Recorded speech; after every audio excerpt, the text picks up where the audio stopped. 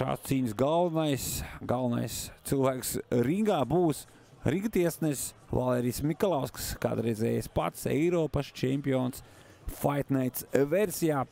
Jā, nu, Fight Nights bija savulaik viena no pasaules top līgām, bāzēta Krievijā, tagad ir pēc galvenā sponsora āresta.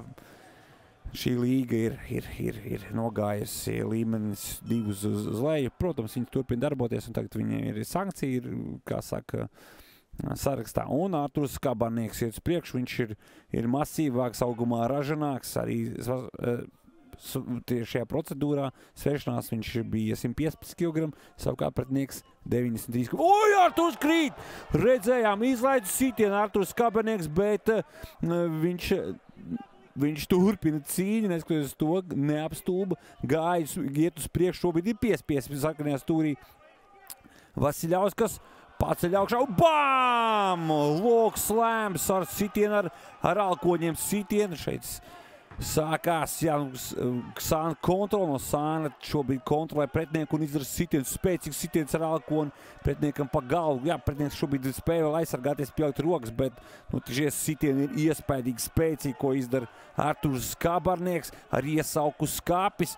Tiesim jābūt, tiesnesis apstādina šo cīņu, un oficiāli varam teikt, Arturs Skabarnieks izcīna 3. uzvaru tikpat aizvadītajos mačos. Šobrīd, tā ir sanācis, ka viņš visus savus panākumus ir izcīnījis pirmajā raundā, un kas ir arī tāds zīmīgs fakts, Skāpim šī ir pirmā uzvara ar nakautu vai tehnisko nakautu. Iepriekšējās 2 uzvaras izcīnīts ar pielietojot žņaukšanas paņēmienus. Atkārtojumā redzēsim labākos momentus, te būs redzēsim, hop! Un Skāpim šī nav pirmā reize, kad viņš izlaiž sitiens, kas ir interesanti. Līdzīgās epizodēs viņš nonācis arī iepriekšējās 2 cīņās, gan pret poli Patriku Šižeku, gan arī pret pēdējā cīņā, kur notika 11. novembrī Tukumā pret Oļegu Tarasenko.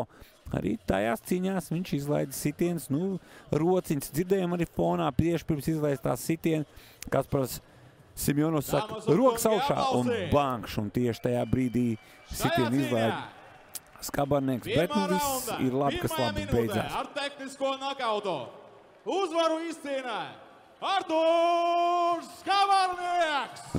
Rezultāts ir oficiāls. Arturs Skabarnieks uzvaru ieraksta 3. panākumu savā uzvaru ailītē.